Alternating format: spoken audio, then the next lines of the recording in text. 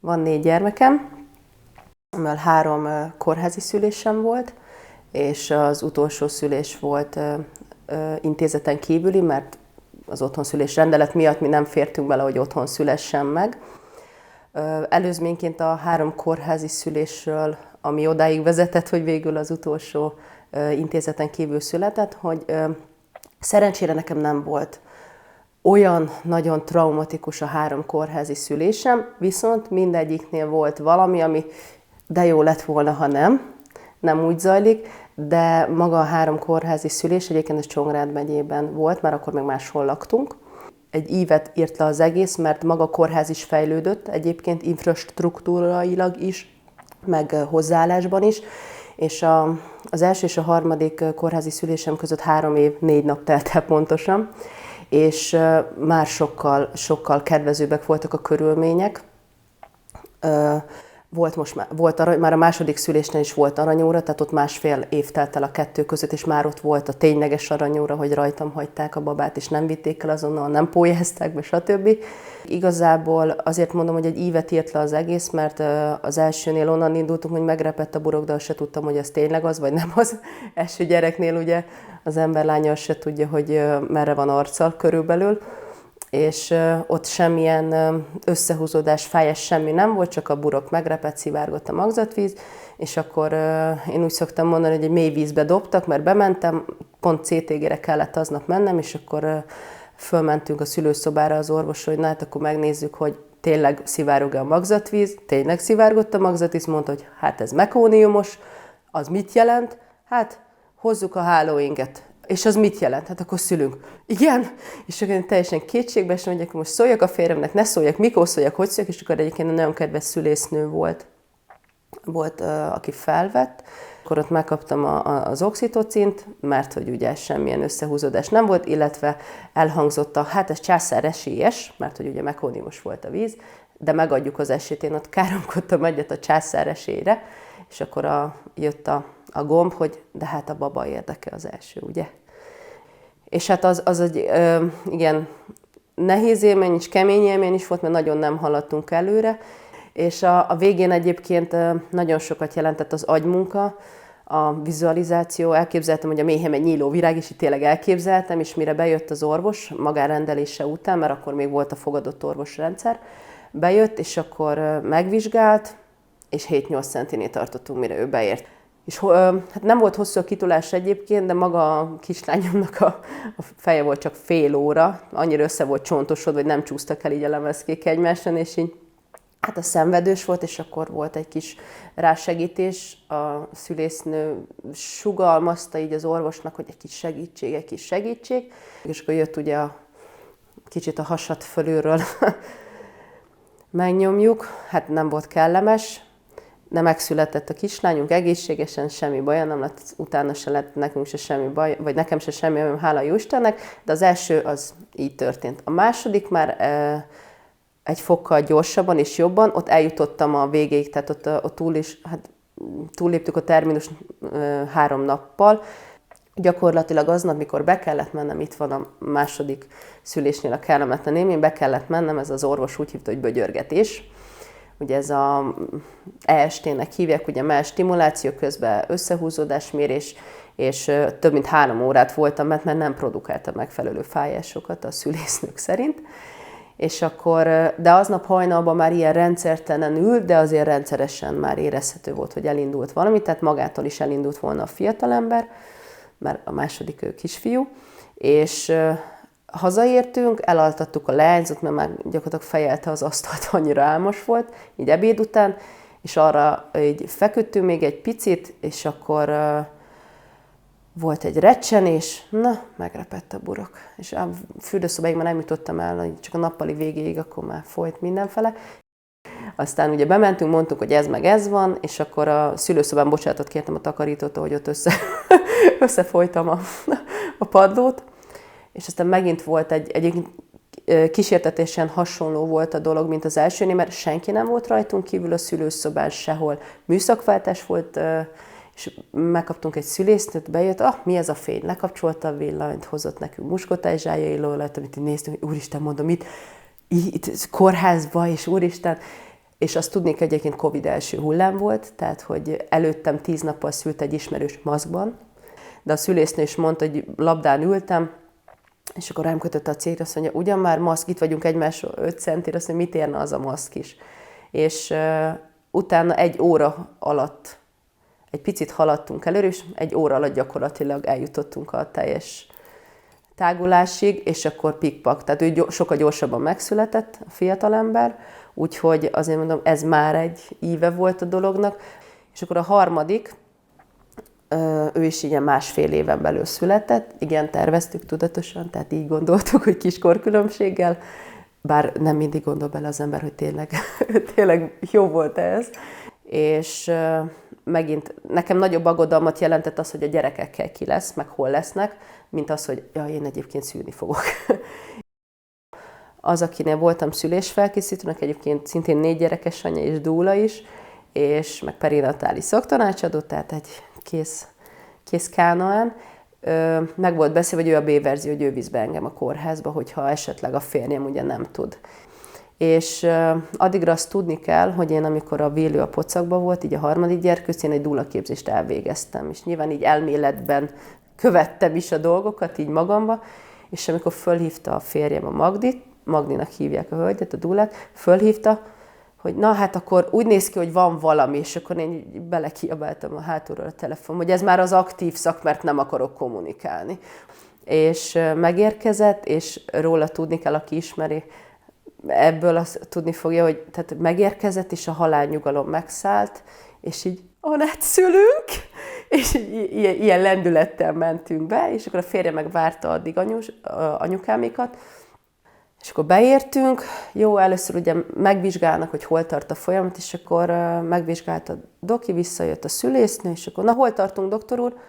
Eltűnőben a mészei. Én így mondom, az mi is lehet, az hol van, hány centinél, ugye? És akkor mondja a szülésznő, hogy az 9 centi, szuper! És így, na hát így kell egy dinamikusan alakuló szülése, pont időbe bemenni, hogy a kórház ne tartson vissza, és akkor gyakorlatilag nem is egy családi szülőszobban, egy szülőboxba mentünk, úgy, hogy a szülésznőnek el kellett szaladnia, mert összeesett az egyik apuka éppen. És akkor, de hol van már a férjem? Hol van már a férjem?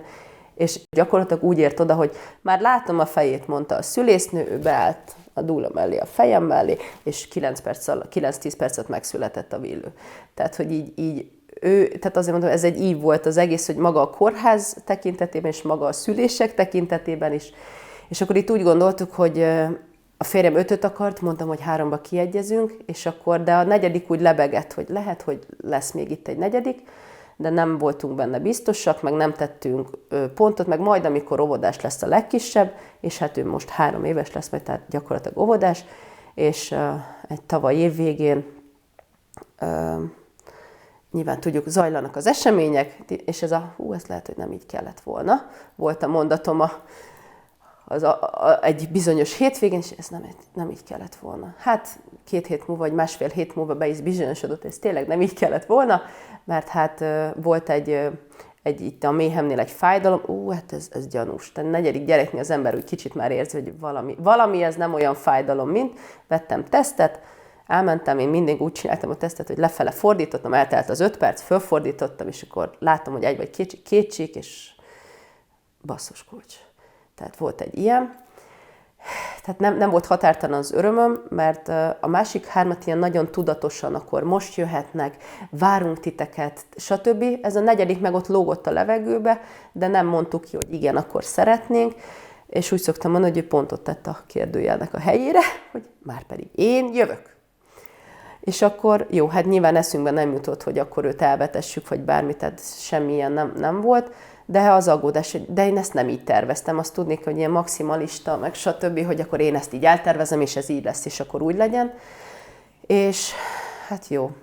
És miután 3 kórházi szülésem volt, egyébként javuló tendenciában, és nem olyan traumatikusan, de mögöttem utána már dúlaképzéssel, és ugye nyilván így a természetes és otthonszülés, egyébként mindig volt bennem valamiért egy belső gát, nem tudtam, félelem, de azért mégis inkább afelé tendáltam, és amikor 2 csík lett a teszten, akkor az első zsigeri érzés jött, hogy én nem akarok a rendszerben részt venni. Ez volt a mondatom. De közben volt félelmem, és így az intézeten kívüli otthonszülés kapcsán, mert hogy ez bizonytalan és ismeretlen. Azt már ismerem, ezt még nem ismerem, és hogy így, ez így vívódott egyébként végig a 9 hónap alatt. És mivel volt mellette másik 3 gyerkőcceből 2 óvodás, gyakorlatilag nem érkeztünk meg, sem én, sem a férjem oda, hogy jön a 4. És hogy így többször hangsúlyoztam a végén, hogy de kellene már, hogy egyébként várjuk őt, meg hogy itt van. Illetve tudtam, hogy a család sem fog annyira hű, de nagyon repesni, hogy na, jön a 4. Anyukámtól tartottam a legjobban. Hát be is jött, mert ugye az elején úgy nem repesett tőle, aztán nyilván örömmel várta már ő is.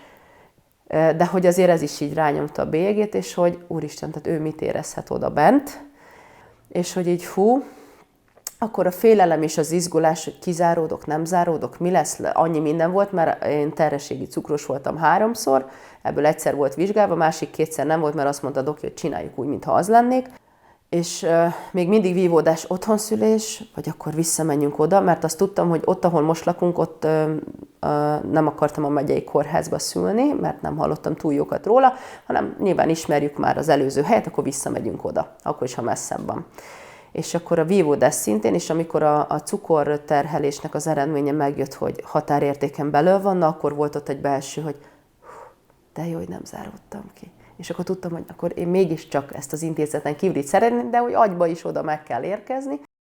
És még azt tudni kell a történetben, hogy édesanyám nagyon aggódó típus, tehát gyakorlatilag pár emberen kívül senki nem tudta, hogy itt intézeten kívüli szülés lesz, hogy mi nem kórházunk. Anyukám úgy tudta, hogy mi megyünk vissza az előző kórházba, ahol szültem. És akkor a férjem ment délutánra dolgozni, úgy volt, hogy este 9-ig dolgozik, és akkor de már úgy nem rendszereződtek, de úgy olyan intenzívek voltak az összehúzódások, és akkor én így alig vártam, hogy a férjem szüneten legyen, és akkor mondtam, hogy hívjál föl. Fölhívtam, mondom, szeretném most majd itthon legyen. De úgy ment be dolgozni, hogy szólt, hogy itt még bármi történhet ma egyébként, úgyhogy tudták, mert hogy másnapra vagyok kiírva. És akkor egy fél műszakot lehúzott, aztán jött haza, és addigra biztos más megbotránkozik rajta, de nagyon idegesítettek a gyerekek. Tehát zajongtak, rohangtak, nyilván, tehát a legidősebb is most lesz 6 éves, a harmadik meg 3 éves, és a 2 között még van egy. Tehát, hogy nyilván elevennek, rohangálnak, kijátszanak, teljesen rendben van, de nekem ez most nagyon nem hiányzott, pedig volt az is, hogyha nem tud valaki rájuk vigyázni, na majd elhozzuk őket. Hát nem. nem lett volna jó. És férjem hazajött, és amikor elindultunk, tehát fele annyi idő átérni a születésközpontba, mint a kórházba, de úgy időzítettük, hogy oké, jó, most már lehet szólni anyukámnak, hogy odaértünk, megérkeztünk, minden rendben. És akkor megérkeztünk, kértem a bábát, hogy vizsgálja meg, csak hogy honnan indulunk, megvizsgált, hát még ilyen 1,5 centire, 1,5 unnyira voltunk, tehát gyakorlatilag sehol.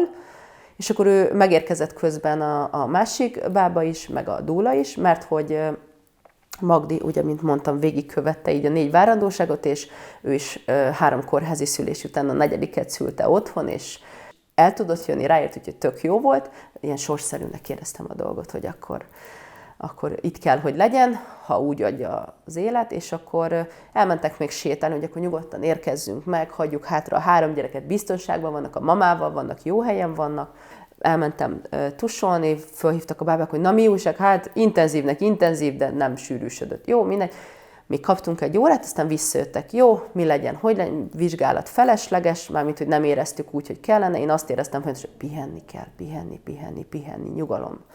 És akkor jó, megbeszéltük, hogy nyilván este nem megyünk már haza, hanem meglátjuk, hogy éjszaka beindulhat, és akkor ők is lefeküdtek aludni, és akkor megbeszéltük, hogy akkor mi is lefekszünk aludni, ez 11 órakor volt, és bementem a szobába, ahol mi voltunk, és így jött egy mozdulat, elkezdett ringani a csípőm jobbra, balra jött egy összehúzó, azt a kurva.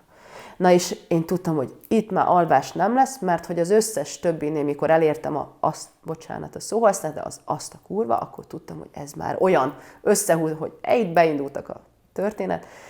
És még a bábának miatt lefeküdt aludni, mondtam, hogy én innen gyerek nélkül haza nem megyek. Úgy, hogy kint van. Tehát, hogy nem bent, kint van. És így mosogat, jó van, azért ne görcsöljek rá. elindult, elkezdett nyomogattam az összehúzódás mérőt, ami egy idő után igazából egy ilyen mankó volt, hogy tudtam, hogy oké, megint etett 5 perc, és megint jött a következő. Megint etett, megint jött, és akkor eltelt így egy óra, még egy picit mondom, hagyom, és majdnem 1,5 óra eltelt, mikor szóltam a férjemre, Dezső, mondom, szóljál a bábának, hogy akkor nézzük már meg, hogy mi újság, mert mondom, most már azért eléggé, meg ő is látta rajtam, meg egyébként úgy jöttünk már át még délután, hogy ahogy beszéltem hozzá, mondta, hogy azért így a 4. gyereknél már, meg egyébként ő tiszteletbeli dóla is lehetne, és hogy mondta, hogy már másképp kommunikálok, tehát már akkor látszott, hogy itt tényleg valami van. Na és akkor jött a bába, na hát nézzük meg. 5-6 centi. Azt mondta, tényleg nem mész haza gyerek nélkül. És akkor mi legyen, kád, legyen, ne legyen. Hát mondom, sosem nézzük meg, lehet, hogy telengedte a kádat, és akkor hát addigra már eléggé intenzíven voltunk. És akkor itt jött megint a kórházi szüléseknek a tapasztalata, hogy én sose gondoltam, vagy hogy igazából, vagy nem vallottam be, hogy igazából ezek nekem is irányított kitolásom volt. Tartsam benne a levegőt lefele, és az első szülésnél kifújtam a levegőt. Hát mit gondol az ember, mikor lazít, kifújjam a levegőt, és így, úristen, mit csináltam? Hát nehogy már kifújjam. Ja, jó, oké.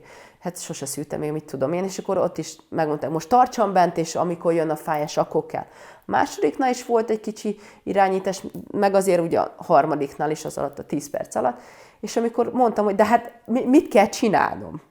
A kádba ringattam magamat, éreztem, hogy itt már nagyon a vége felé járunk, eljött az én ezt nem akarom, és hagyjuk abba, és pihenni akarok, és akkor, de mondom, mit kell csinálni, mikor kell? Csináld úgy, ahogy a tested. Érzed, ahogy a tested.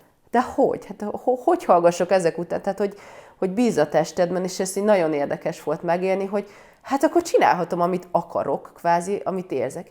Hát mondom, de én nekem ez nem fog itt menni a kádba, mert én ahhoz vagyok szokva, hogy vagy fekszek az ágyon, vagy ilyen félig ülő, szülőszékszerű pozícióba vagyok. Ez is megfordult a fejembe, hogy nekem itt nem fog menni a kádba, hát én ahhoz vagyok hozzászokva, hogy én ott vagyok. És akkor jött egy gondolat, hogy de lehet, hogy megfordulok térdre ebből a kicsit hanyatfekvő pozíció, és pont a bába is mondta, hogy mi lenne, ha pozíciót váltanék. És pozíciót váltottam, rátámaszkodtam a kád szélére. Egyébként a férjem az utána képeken lett, hogy lehetetlen pozícióba kapaszkodok be. Egyébként ő is már teljesen ki volt, aztán utána megnéztük, mert szétkarmoltam a hónalját, de mondta, hogy nyilván nem érdekelte, meg ő se fogta fel. És akkor megfordultam, amikor törölközött, nem kell törölköző, hagyjatok, nem kell. És akkor mondtam, hogy gyere regő, és jött, és éreztem, ahogy bújik ki a fej, és kint van a feje, nagyszerű, és akkor még 2 fájás, és akkor kint volt a teste is, és akkor megvan, de jó, igen, utána jött az elvágták, nincs fájdalom, ugye, és akkor megfordultunk, és szuper, és megérkezett, és jaj, de jó, és sikerült, és stb. És így nagyon, nagyon jó volt, meg egyébként ugye hangulat, gyertyafényben, mindenbe. Hát anyukámnak írtunk hajnal, hogy megszületett, stb. És nem mertem, anyukám írt nekem, hogy képet nem kapok, majd kapsz, csak alig aludtunk, stb. És hát nyilván nem fotóztattam le, hogy akkor látszik, hogy egy ágyon fekszünk, úgyhogy a férjem ott van mellettünk. És akkor, de az is kérdéses, hogy ő meg ha hajnali 2-kor megszületett, akkor mi a jóisten csinál, miért nincs még otthon? Na minden anyukámnak így nyilván járt a fogaskerék, és hazaértünk, mit tudom, ilyen 11 körül, és így néz, hogy hát micsoda, hát mi? Hát nem kórházba született. Miért az útszélén? Nem. És fatáromnak ugyanez volt. Miért akkor az útszélén? Nem az útszélén született. És akkor elmondtuk, és anyukámnak elsírta magát, nem, hogy hát úristen, de hát tehát mondom, tehát ő aggódós, tehát ha tudta volna, szerintem szívrohamot kap. És akkor ami nekem ezt az egészet, nem szeretnénk több gyereket, én nem szeretnék több várandóságot, mert egyébként a fájdalomtól való félelem az nekem hatalmas. Tehát azt legyőzni, hogy úristen, ez mennyire fog fájni, és én azt úgy kihagynám azt a részt, a vajudás végét, azt nagyon kihagynám, hanem csak, hogy ott van, és itt tök jó. Szóval, hogy a fájdalomtól való félelem is, hogy tudom, és meg minden, így mondta, meg 3 ekkora gyerek, mert mondta, én többet nem akarok várandós lenni.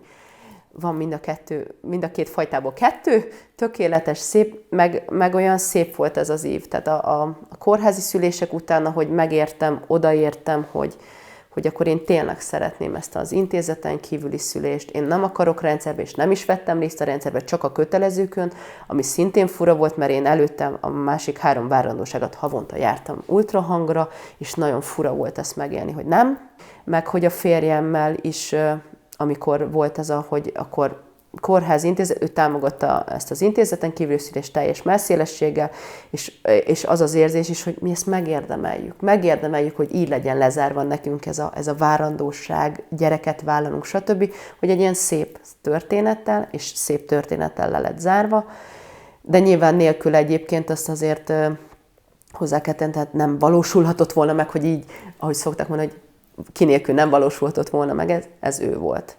Mert hogy a másik 3 gyerkőc alatt is, tehát mindegyiknél bent volt, és én attól is tartottam, hogy mi van, ha ő nem tud itt lenni. És nekem ez nagy szívfájdalmam lett volna, meg neki is egyébként, és nagyon örültünk, hogy így sikerült. Úgyhogy ez így ilyen szép volt. De még az érdekes a történetben, hogy de még nem merem elhinni, hogy ezt megcsináltuk, és sikerült. Nem merem beleengedni magam ebbe, hogy nekem ez sikerült. Azt tudni kell, hogy ilyen megerősítés kényszeres vagyok, tehát nekem szükségem van a megerősítésre, hogy ezt most jól csinálod, és stb.